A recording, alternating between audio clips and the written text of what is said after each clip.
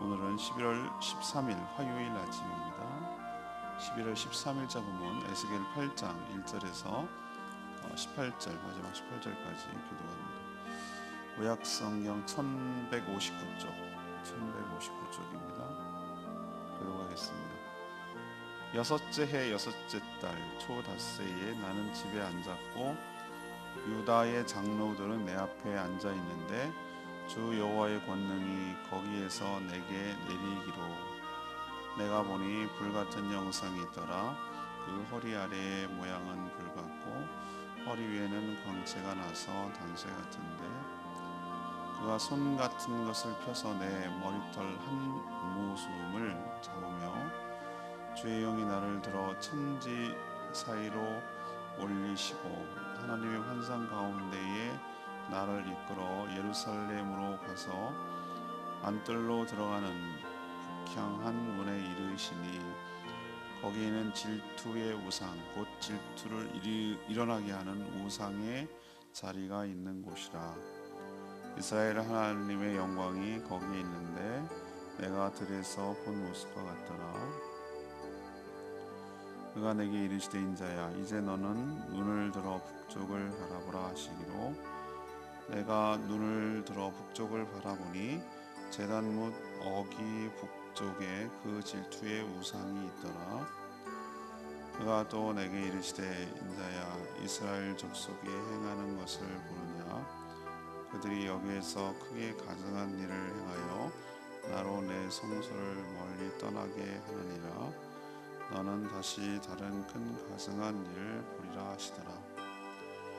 그가 나를 이끌고 뜰 문에 이르시기로 내가 본즉 담에 구멍이 있더라. 그가 내게 이르시되 인자야 너는 이 담을 헐라 하시기로 내가 그 담을 허니 한 문이 있더라.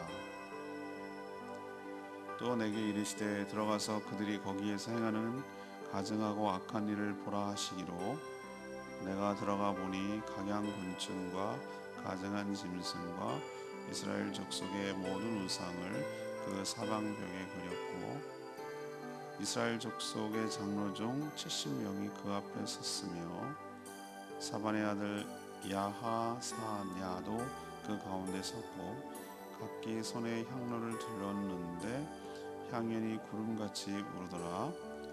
또 내게 이르시되 인자야 이스라엘 족속의 장로들이 각각 그 우상에 방한 어두운 가운데서 행하는 것을 내가 보았느냐 그들이 이르기를 여호와께서 우리를 보지 아니하시며 여호와께서 이 땅을 버리셨다 하느니라.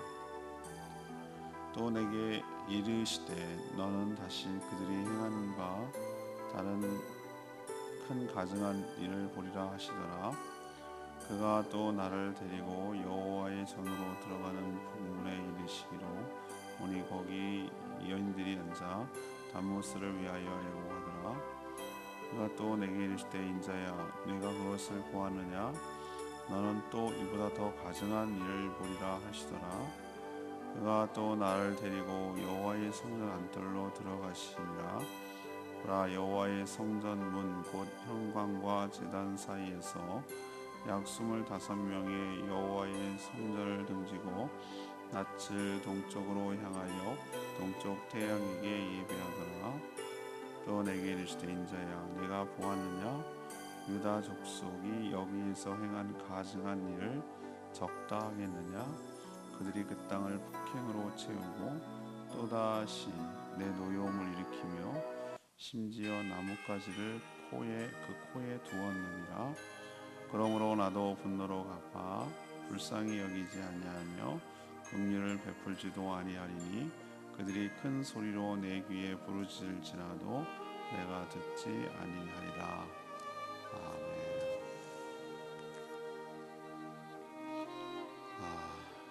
오늘 계속 무거운 말씀이 진행되고 있는데요. 하나님은 환상 중에 에스겔을 이끌어서 몸은 지금 바벨론의 포로로 잡혀 있지만 그를 이끌어서 예루살렘 성전으로 인도에 가셨어요. 인도에 가셔서 그들이 일어나고 있는 실상 대해서 지금 환상 중에 보여주고 있는 거예요. 보여주고 있는데 보면 참 기가 막힌 일들이 벌어져요. 온갖 우상들이 세워져서 그들이 섬기고 있는 모습이 뚜렷하게 드러납니다. 그래서 하나님의 분노와 질투를 일으켜서 하나님이 그 성전에서 떠나도록 만들 수밖에 없는 것을 설명하려고 지금 에스겔을 환상을 통해 보여주시는 거예요. 하나님께서 점층적인 방법, 이보다 더 가증한 일을 보리라, 이보다 더 가증한 일을 보리라 하면서 여러 사례들, 하나님의 분노를 일으켜서 하나님이 그 성전에서 떠날 수밖에 없게 만드는 일들을 보여주는데 70명의 장로들이 담을 치고 은밀하게 어두운 데서 향을 피우고 우상을 섬기고 있는 것이 들통이 났어요. 그러면서 하는 말이 하나님이 우리를 자신들을 보호해 주지 않기 때문에 이런 일을 한다고 그렇게 핑계를 대는 거예요. 또 25명은 성전에서 노골적으로 하나님의 성소를 등을 지고, 이게 상징적인데요, 태양을 향해서 절을 하고 있었어요. 태양이 이제 동쪽이거든요. 성전은 동쪽으로 물이 나 있으니까 출입구를 향해서 반대로죠, 반대로. 그때도 일본처럼 태양을 신으로 섬기고 있었다는 게 참 놀랍죠. 이러니 하나님께서 마지막에 뭐라 하냐면 내가 어떻게 이렇게 가증한 일을 적다고 하겠느냐, 내가 그 영광이 성전을 떠난다고 해도 그들은 할 말이 없다, 뭐 이런 얘기를 하시려고 이 얘기를 하는 거예요. 자, 오늘 질문은 이거예요. 우상 숭배가 왜 문제가 될까요? 우상 숭배가 왜 문제가 되냐는 거예요.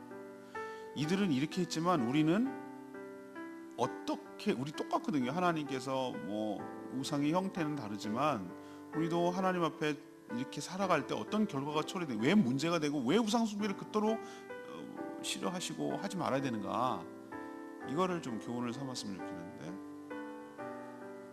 1절에서부터 7절까지 말씀, 하나님의 질투를 일으켜서 하나님을 떠나게 만들기 때문에 문제가 되는 거예요. 에스겔이 지금 포로로 끌려온 지 1절에 보면 몇 년 됐습니까? 6년 됐죠. 6년. 그게 보이죠? 6해라고 말하는 것은 포로로 끌려온 지, 바벨론에 끌려온 지 6년이 됐다는 얘기. 누구랑 지금 같이 있습니까? 집에 앉았는데 놀랍게도 유다 장로들이 자기 앞에 앉아 있는 거예요. 에스겔 앞에. 왜 앉아 있을까요? 6년이란 얘기는 벌써 지났죠. 5년, 작년 얘기잖아요. 그죠? 1년 전쯤 되잖아요. 5년에 뭐 이렇게 얘기한 거 보니까. 그러면은 이들이 이제 소문이 난 거죠. 아, 에스겔에게 하나님의 영이 임했다. 하나님께서 우리에게도 선지자를 보내주셨다. 이렇게 생각을 하고 하나님의 얘기를 들으려고, 쉽게 말하면 젊게 들으려고 유다 장로들이 모여서 무슨 소리 하시나 라고 하는 것은 내심 어떤 기대를 하냐면, 아, 하나님께서 우리를 이제 드디어 고국으로, 고향으로 돌아가게 하는 얘기를 해주지 않을까? 라는 이런 어떤 희망 섞인 그런 기대감을 가지고 앉아 있는 거예요. 지금 그 에스겔을 찾아서 온 거예요. 뭔 좋은 소식 없을래나. 왜 사람 그런 거잖아요. 왜 이렇게 옛날에는 전화도 없고 뭐도 없고 아무것도 없으면 편지 올 거나 뭐 이러고 기다리는 거, 그런 거랑 비슷한 거예요. 근데 웬걸? 그때 여호와의 성령이 임하긴 임했는데 그 권능이 에스겔을 사로잡아서, 이거는 우리를 자꾸 우리 인간의 언어와 인간의 세계로 하나님이 하시는 일을 갖다가 설명하려고 들으면 안 돼요. 하나님의 세계는 우리 세계랑 다르기 때문에. 근데 난 이게 충분히 이해가 되고 납득이 되거든요. 몸은 거기 있어요. 지금 있는데 하나님께서 그를 영으로 끌어올리셨어요. 유체이탈? 요즘 유체이탈 화법이라고 제일 많이 쓴 게 박근혜 전 대통령이 하도 많이 쓰는 거, 자기는 아닌 것처럼 하고. 최근에 음주 사고를 일으킨 이용직 의원이 뭐라 그런지 아세요? 자기가 만취 상태에서 사고를 내서 죽였거든요, 사람을. 자기가 또 그 음주 운전 강화 처벌법 원 스트라이크 아웃, 이걸 법을 만든 사람이에요, 그 사람. 근데 오늘 신문에 나니까 얼마나 뭐라 그러냐, 아, 이걸 계기로 음주 운전의 경각심을 삼는 계기로 삼게 되기를 원합니다. 아, 지가 저질러 놓고 이걸 전형적인 유체이탈 화법이라고 하는 거예요. 이런 사람도 있어요. 근데 그런 의미가 아니고 하나님의 성령이 그는 몸은 거기 있지만 그 그를 이끌고 어디로 끌고 갔냐면 그 1100km가 넘는 그 예루살렘 성전으로 그를 데리고 거기까지 끌고 간 거예요. 영이 이렇게 데려간 거예요. 그걸 보게 한 거예요. 그걸. 그 장면을 하나님께서 보게 한 거예요. 우리도 가끔 영화 같은 데서 그러고 있잖아요. 사람을 이끌어갖고 어디로 보내는 거죠? 그 현장으로 보내가지고 그것을 자기가 보게 만들고, 과거의 자기를 보게 만든다든지, 멀리 떨어져 있는 고향 땅을 보게 한다든지, 부모님이 사는 걸 보게 한다든지, 사랑하는 연인이 보게 하는, 이런 식의 지금 환상을 보는 거예요. 이 느낌 아시죠? 어떤지? 네. 자, 실상을 보여주려고.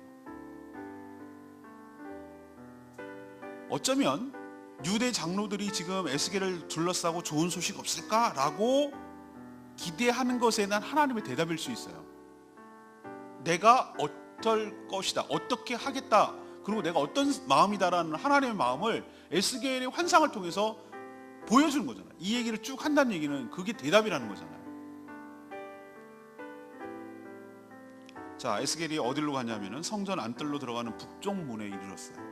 북쪽문에 이르렀더니 거기 뭐가 딱 써 있냐면은, 성전 아닙니다. 북쪽문에 질투의 우상이 있었어요. 이름이 질투의 우상인가? 전 그렇게 생각을 했는데, 이름이 그럴 수도 있어요. 근데 하나님의 뭐를 일으키는, 질투를 일으키는, 3절에 나오잖아요. 질투를 일으키는 우상이 거기에 성전 안에 딱 써 있는 거예요. 그걸 뭐 본 거예요, 에스겔이. 자기도 왜 이거를, 성전 구조를 왜 잘 알죠? 에스겔이 뭐였기 때문에? 제사장 후보생이었잖아요. 30살이 되면은. 근데 훈련을 갔다가 있잖아요. 그 30살 될 때까지 갑자기 시키면 일하겠어요? 우리도 목사 안수를 딱 받으면 하겠어요? 서툴러서 안 됩니다. 그래서 어려서부터 받고 신학생 후보를 시키고 전도사 시절을 거치게 하고 강도사를 보통 2년 3년 거치게 하고 목사고시를 보게 하고, 이것이 착착착착착 한 번도 안 틀리고 한 번도 어그러지지 않고 착착착착 붙어야 대한민국 남자가 정말 한 번도 안 떨어진다. 딱 그게 몇 살인 줄 아세요? 우리 대한민국, 우리 정상적인 우리 교단에 의하면 딱 33살 돼야 돼요. 33살. 한 번도 안 떨어지고, 대학 4년 나와야지, 군대 3년 갔다 와야지, 그 다음에 신대원 3년 해야지, 전도사 과정 거쳤어요, 그 다음에 강도사 3년 거쳐야지, 목사 고시 봐야지, 딱 그거예요. 그 과정을 다 거치는 동안 뭐 하는 거죠? 인턴이죠, 인턴. 실습하는 거예요. 그렇기 때문에 에스겔은 성전 구조에 대해서 잘 알아요. 어디가 뭐가 있고 지금 저기 있어야 될 게 아니라는 걸 너무 잘 아는 거예요. 그렇기 때문에 그게 팍팍 와닿는 거예요. 설명이 잘 되는 거예요. 질투의 우상, 하나님의 질투를 일으키는 우상이 거기 없어야 되는데 거기 있어요. 근데 다행히도 거기 뭐가 있었냐면, 에스겔이 이미 1장에서 들에서 본 하나님의 영광도 거기 있었어요. 이 얘기는 뭐냐면, 아직까지는 뭐 한다는 얘기예요? 하나님의 영광이 거기에 떠나지 않고 있다는 거잖아요. 있다는 거. 하지만 하나님의 에스겔에게 이 이스라엘 백성들이 하는 짓이 너무나 가증스러워서, 너무나 역겨워가지고 토할 것 같아가지고, 이런 곳에 있을 수가 없어서 내가 어디로 한다? 떠나려고. 6절에 보면은 나로 내 성소를, 내 건데 내 성소를 어떻게 한다고? 멀리 떠나게 하는 이유가 이거다 라고 에스겔에게 보여주시고 대답해 주시는 거예요. 질투. 제가 그 생명의 삶 때 하나님의 사랑을 갖다가 표현할 때 인간의 언어로 다 표현해낼 길이 없으니까, 하나님 우리를 사랑하시는데, 하나님이 우리를 사랑하시는 걸 갖다가 인간의 어떤 그 감정과 어감을 갖다 하나님 너를 사랑해 라고 말하기에는 뭔가 못 담아내는 거예요. 그래서 쑥쑥 찾고 그 하나님의 비슷한 거를, 언어를 찾다 보니까 어머나 세상에 질투하는 하나님이에요. 질투하는. 근데 우리는 더, 이 번역이 더 이상할 수도 있는데, 우리는 칠거 제약 중에 질투, 어떻게 시기 질투 버리고 우리 서로 사랑, 그 찬양에서 보면 알지만 시기 질투할 때 그 질투는 부정적인 어감이에요. 어떻게 질투를 해? 어떻게 시기를 해? 축하해주고 축복해주고 그래야지. 근데 질투라는 걸 썼어요. 하나님의 사랑이 근접하다는 거예요. 그거랑 비슷하다는 거예요.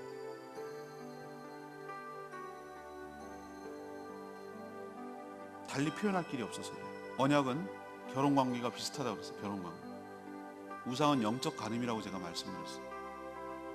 배우자의 외도를 보며 그냥 두는 것은 어떤 상태죠? 이제 끝났다는 얘기죠. 관심도 없다, 사랑도 없다, 관계도 이제 없다. 질투하는 감정이 있을 때 그래도 그나마 뭐가 있는 거예요. 하나님은 정말 우리를 사랑하시되 아직 포기하지 않았어요. 질투의 우상이라고 표현한 것으로 봐서 그렇게 하는 게 너무 화가 나는 거예요. 하나님께서 속상한 거예요. 자존심 상하는 거기도 하고 속상하기도 하고 화도 나는 것이고 배신감도 일으키는 거고 분노도 일으키는 거고 이런 복합적인 감정이 사랑하는 사이에서는 일어나거든요. 그래서 이런 표현을 쓰는 거예요. 질투의 우상이라고 표현. 자, 제가 드리는 첫 번째, 우상이 왜 문제가 되냐고요? 하나님의 질투를 유발할 뿐만 아니라 6절에 있는 말씀대로 하나님의 영광이 그에게서 뭐 하는 거예요? 떠나요. 이가봇 떠나요. 우리로 칠까요? 그나마 있던 애정이 다 사라지는 거예요. 정띵. 부부관계는 서로 남남으로 만났기 때문에 정 떨어지고 정이 떨어지고, 그러니까 애정과 사랑이 딱 끊어지면 그거는 관계는 아무런 의미가 없는 관계예요. 껍데기에 보면 하나님의 영광이 떠났다, 하나님의 마음이 떠났다, 이 얘기는 그거는 아무런 의미가 없다는 거예요. 그러니까 이방인이 침략해도 그렇게 약탈을 해도 하나님이 하나도 개의치 않는 거예요. 우상 숭배는 하나님의 질투를 일으키고 하나님의 영광이 떠나가게 하기 때문에, 하나님의 영광이 떠나가면 우리는 죽은 거나 다름없어요. 고 하나 다름없고 끈 떨어진 연과 다름없고 불 꺼진 화덕과 똑같아요. 죽은 거나 다름없고 탯줄이 끊어진 애기랑 사산된다고, 사산. 그러니 우상 숭배는 정말로 삼가 조심해야 될, 정말 조심해야 될, 하나님과의 관계를 끊어버리는 일이기 때문에 삼가 조심해야 될 정말 중요한 문제인 것을 기억하기를 바랍니다. 두 번째, 왜 우상 숭배가 문제가 되는가? 8절에서 12절까지 말씀. 지도자들을 타락시켜 영원히 멀게 한다는 거예요. 이게 문제예요. 하나님은 에스겔에게 더 가증한 일을 보리라, 이런 점층법을 제가 썼다고 그랬죠. 자, 더 가증한 일을 보여주기는데 에스겔은 더 충격적인 장면을 하나님께서 보여주셨어요. 이건 전부 다 뭐라고 하죠? 부흥 입신같이 영으로 보여주시는 거, 그 데리고 가서, 자, 담이 하나 있는데 담이 헐었어요. 그러자 문이 보입니다. 왜 담을 했을까? 담을 헐어야 문이 나올까? 왜 문이 나와? 문이 먼저 나와야 되냐? 문은 출입구잖아. 몰래 하려고 지네가 담친 거예요. 몰래 하려고 담을 허무니까 비밀문이 보이는 거예요. 이 상식적으로 이해가 안 가죠. 그러니까 우리도 뭐 비밀의 문과 할 때 안 보이게 하려고 담을 치고 그 안에 문을 넣는 거예요. 들어가 보니 온갖 가증한 곤충들, 그러니까 이스라엘 백성들이 레위기에 보면은 가증한 곤충이 배로 기거나 뭐 발이 여러 개 있거나 뭐 이런 가증한 곤충들이 있어요. 그런 것들이 있고, 가증한 짐승들, 뱀이라든가 뭐 이런 거 있거든요. 그게 가증한 짐승들이 벽에 가득히 그려져 있는 거예요. 그리고 온갖 우상들이, 이스라엘 족속들이 섬기는 우상들이 쫙 이렇게 그려져 있는 거예요. 그러니까 이들이 무슨 우상을 섬기는지를 갖다가 가증하다는 짐승과 가증하다는 부정된 그 곤충과 이런 것들을 함께 섞어놔서 이들이 얼마나 타락하고 가증했는지를 상징 그림으로 보여주는 거예요. 근데 놀랍게도 그 담 안에 들어가 봤더니 이스라엘을 대표하는 70명의 장로들이 모두 각각 한 사람씩 향로가 있어요. 향로라는 것은 천주교나 불교랑 비슷한 데가 있는데, 할 때 향로 아시죠? 향 피우는 거, 향 피우는 거. 거기다가 향로에다가 향을 가득 들고 이렇게 하나씩 다 서 있는데, 거기서 70개가 향이 올라가니까 마치 무슨 굴뚝에서 연기 나는 것처럼 연기가 자욱했더라, 이 말이죠. 거기는 더 놀라운 것은 사반의 아들 야하사냐도 있었다, 야하사냐도 있었다라고 얘기를 하는데, 이게 왜 놀라운 건데요? 사반의 아들 야하사냐가 누군지 아세요? 사반이 누군지 아십니까? 사반을 알아야 되는데, 사반이 바로 요시야 왕이 있었어요. 그래도 유다 왕, 역대 왕 중에 그래도 정신 똑바로 차려가지고 종교개혁을 일으키고 하나님 말씀대로 살아보려고 그렇게 했던 왕이 누가 도와줬냐면, 요시야 왕을 이 사반이라는 서기관이 옆에서 서포트를 해줬어요. 그랬던 사람의 아들이 지금 여기 있다는 거예요. 그러니까 얼마나 이스라엘 백성들이 타락했는지를, 에스겔이 저 사람이 왜 저기 있지? 저 사람 좀 신실한 사람 아니야? 어머, 저 사람이 어디 충격받은 거랑 비슷한 거예요. 설마 저 사람이 이렇게 생각할 정도였어요. 근데 이 방을 하나님은 무슨 방이라고 부르셨죠? 우상의 방이라고 부르셨고, 또 이 방을 뭐라고 부르죠? 어두운 가운데 우상을 예배하고 있었다고 표현하고 있어요. 보이세요? 12절에 그런 표현이 있어요.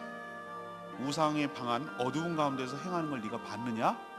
여기서 말하는 향로는 하나님을 향한 향로가 아니에요. 하나님은 성전 안에서 그 앞에 딱 지성소 앞에서 향이 올라가도록 향단이라는 곳에서 공식적으로 하나만 딱 들어가게 돼 있어요.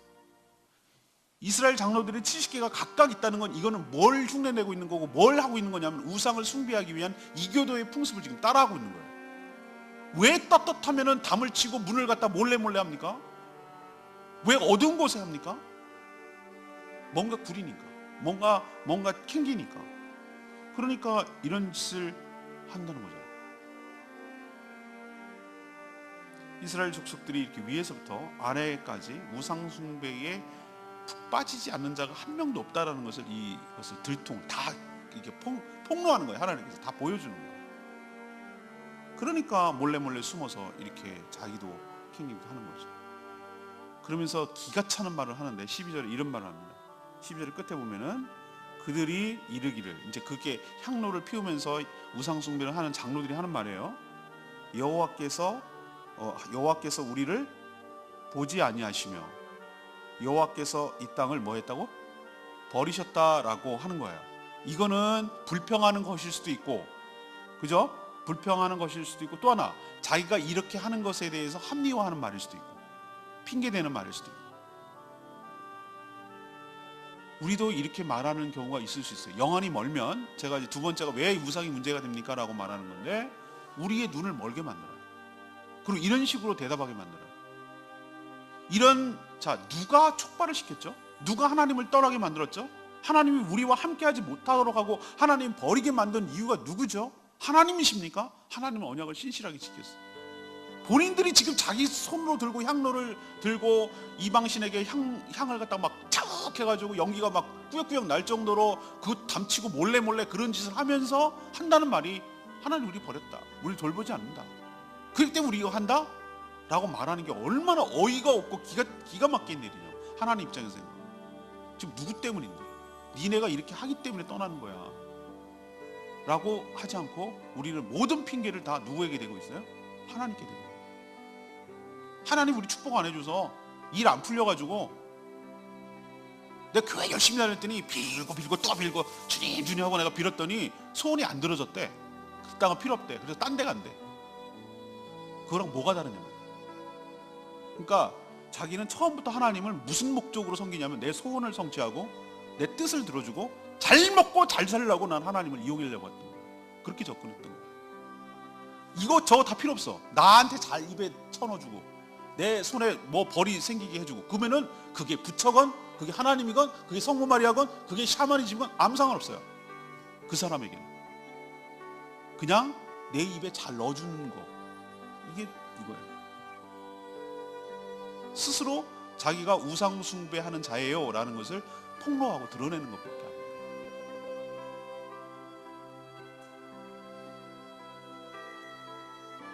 우상 숭배는 왜 문제가 됩니까? 두 번째 정리하죠.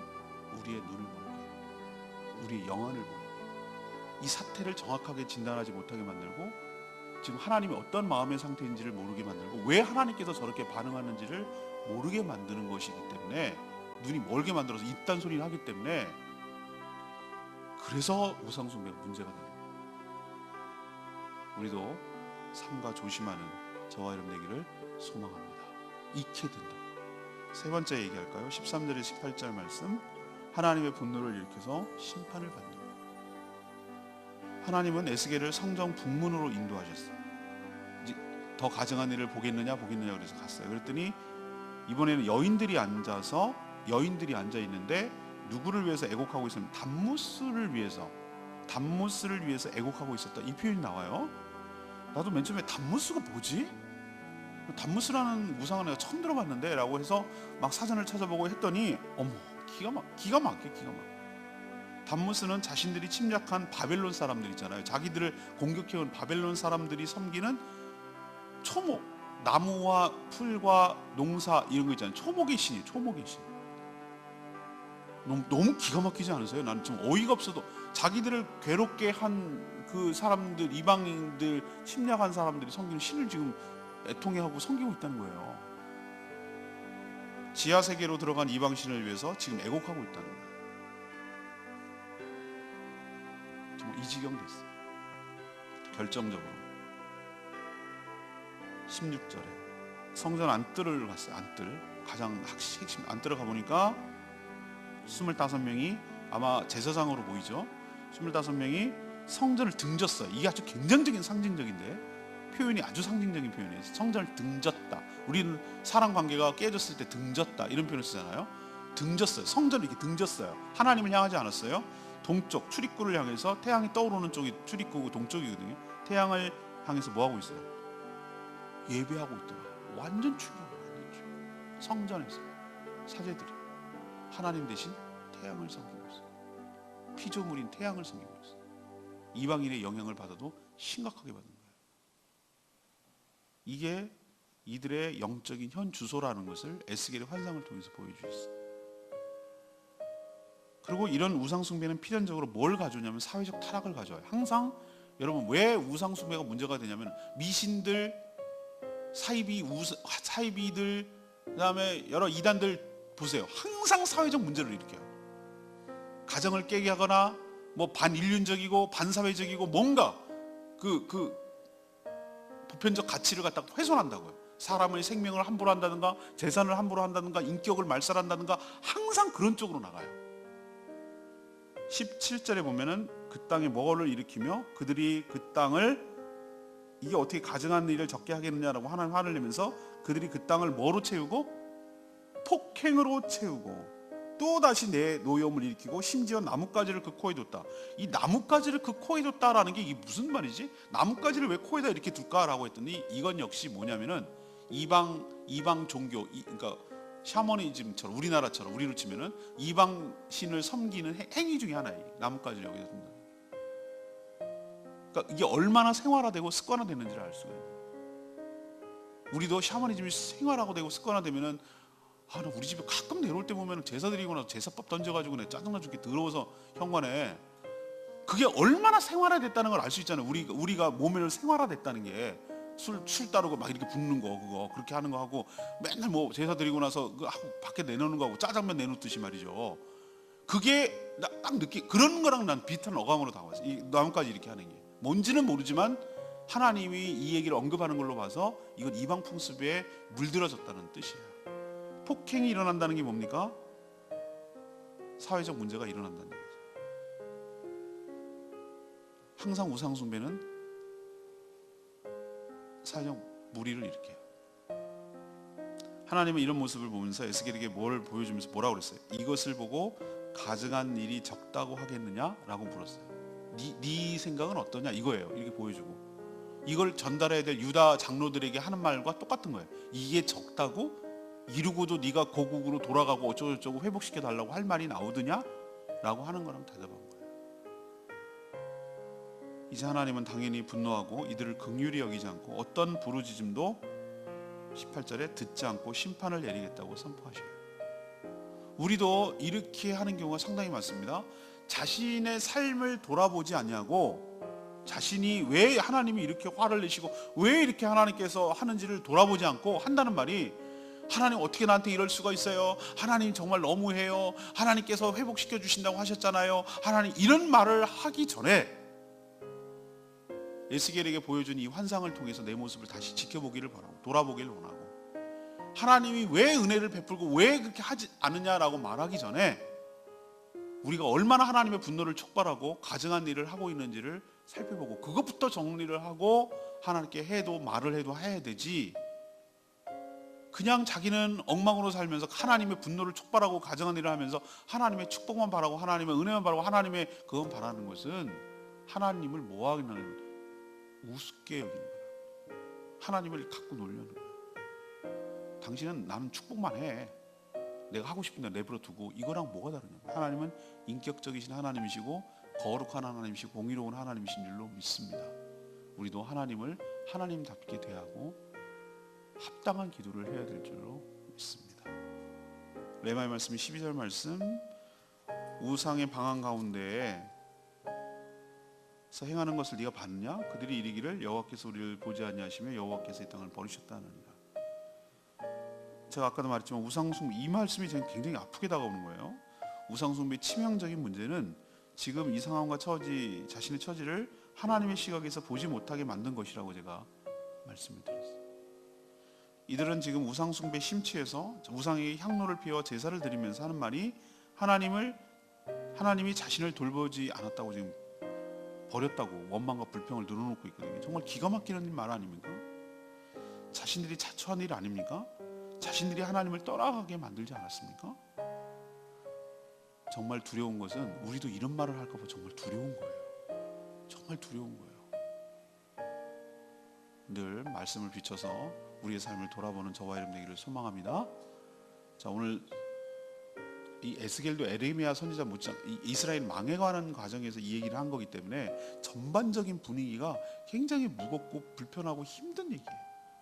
근데 이거를 또 이게 몰라, 없는 걸로 해줘요, 이렇게 할 수 없는 게, 사실 우리도 크고 작고 조그맣고 형태만 다를 뿐 어떤 형태든지 비슷한 일들을 우리도 하고 있기 때문에 이 말씀을 불편하지만 하나님의 음성으로, 하나님의 말씀으로 받아야 될 줄로 압니다.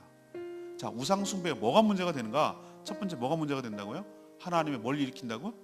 질투를 일으켜서 하나님의 영광이 떠나게 한다. 하나님의 영광이 떠나가면 끝이에요. 내 인생도 내 삶도 내 생명 끝이라고. 하나님의 영광은 하나님의 마음이기도 하고 하나님의 존재이기도 하고 그분이에요.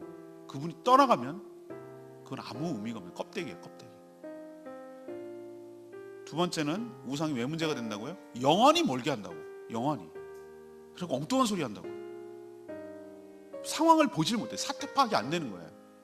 그래서 한다는 말이 우상 숭배를 자기 손으로 하면서 말은 하나님 우리를 돌보지 않는다고, 버렸다고. 이런 불평하고 원망하는 어리석고 어이없는 말을 한다고. 세 번째는 하나님의 뭐를 일으킨다고요? 분노를 일으켜서 결국은 하나님 어떤 기도도 듣지 않고 심판하게 만든다. 이게 우상 숭배의 문제가 되는 것이다 라고 말하고 싶어요. 그래서 삼가 조심하며 바르게 살아가는 저와 여러분 되기를 소망합니다. 오늘 말씀 붙들고 706장 찬양집 부르고 기도하도록 하겠습니다. 찬양집 706장입니다.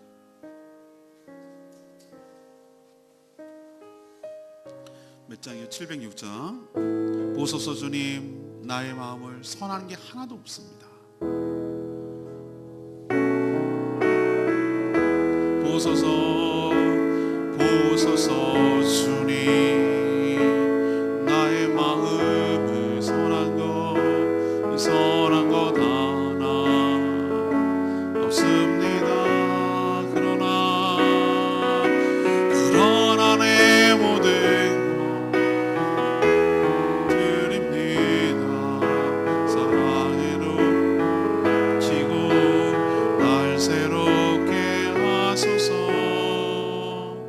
보소서 주님, 나의 마음을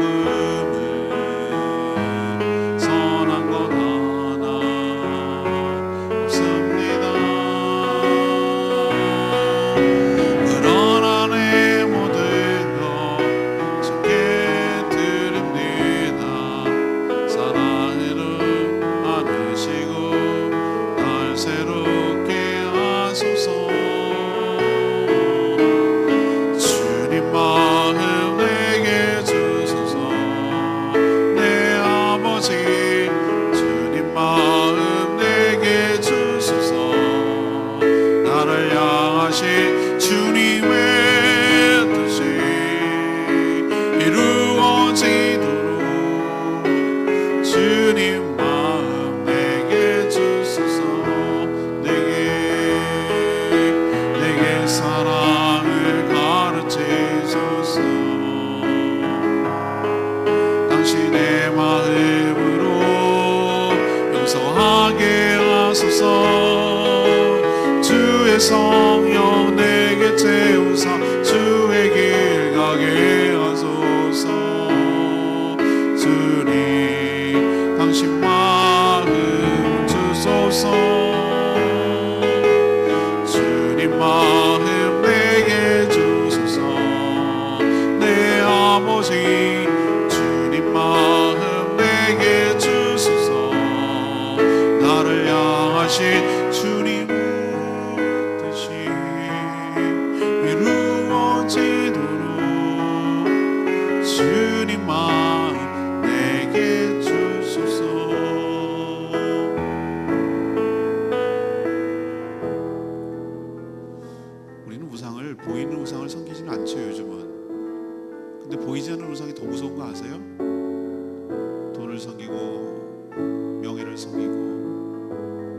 사귀고 지식을 자라가고 그런 것들이 우리를 하나님을 더 멀어지게 하고 하나님을 질투나게 하고 하나님을 떠나게 한다는 사실조차 모르고 결국 자기가 하나님을 떠나게 해놓고서 한다는 말이 하나님이 날 돌보지 않고 하나님 떠났다고 그렇게 원망하고 있는 내 모습이 이스라엘 모습이 아니던가요? 오늘 말씀을 통해서 담을 헐고 이스라엘 백성들이 우상 숭배하는 것이 들키듯이 내가 하는 것이 어쩌면 들킬 수도 있는 거예요. 꼬깃꼬깃 숨겨놓고 아니라고 말하지만 사실은 내가 하고 있는 일들이 그런 것일 수도 있는 거거든요. 하나님 두렵습니다. 하나님 무섭습니다. 하나님 이런 꼴을 당할까 두렵습니다. 저희들의 삶을 돌아보고 정말로 먼저 해결해야 될 것이 무엇인지 내 안에 있는 진정한 우상이 무엇인지를 깨게 하여 주십시오. 하나님만을 의지하고 하나님만 사랑하게 해달라고 다 같이 주여 외치며 하나님께 기도하겠습니다. 주여 아버지 오소서 주님 나의 마음은 서운한 것 하나 없습니다. 그러나 내 모든 것 주께 드립니다. 사랑으로 안으시고 날 새롭게 하소서. 주님 마음 내게 주소서. 내 아버지 주님 마음 내게 주소서. 나를 향하신 주님의 뜻이 이루어지도록 주님 마음 내게 주소서.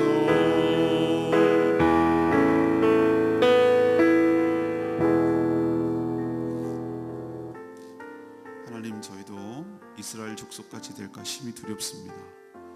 지금 보이지 않는 우상이 훨씬 더 많은 세상에 우리가 살고 있습니다. 돈과 권력과 쾌락이 우리의 우상일 수 있습니다. 자식일 수도 있고 남편일 수도 있고 또 그 다른 무엇이 내가 의지하는 것일 수도 있습니다. 하나님보다 더 사랑하고 하나님 사이에 끼어있는 그것이 하나님의 질투를 일으키고 하나님을 떠나가게 됨을 알게 하시고 언약을 준수하며 하나님과의 관계를 더 갖고 가며 더 밀착하며 더 하나 될 수 있게 하여 주시옵소서. 우상 때문에 영원히 멀어 완전히 멀어 상황 판단을 못할까 두렵습니다. 문제를 자초하고 원망과 불평만 늘어놓을까 핑계만 될까 두렵습니다. 하나님의 분노를 일으켜 완전히 망하게 될까 두렵습니다. 다른 건 몰라도 우상 숭배가 하나님과의 관계에 있어서 치명적임을 깨닫고 온전히 다 깨끗하게 버려 하나님과의 더 친밀하고 밀접한 관계를 유지함으로 그 은혜 가운데 그 속에서 살게 하여 주시옵소서. 오늘도 하나님 앞에 간구하고 기도하는 모든 것들 들어응답하여 주시고 기도조차 못하는 연약한 자들 대신하여 중보 기도할 때 응답하여 주시기를 원합니다. 오늘도 인생을 시간을 힘을 헛되이 소비하지 않게 하여 주시고 영혼을 구원하고 생명을 살리는 일에 힘쓰는 저희들 되게 하여 주시옵소서. 주님께 모든 것 맡기옵고 예수 그리스도의 이름으로 축복하며 기도합니다. 아멘. 오늘 하루도 주님의 은혜 가운데 살아가는 복된 하루 되길 축복합니다. 다니엘 기도에 열심히 오셔서 은혜 받기를 원합니다. 기도하겠습니다.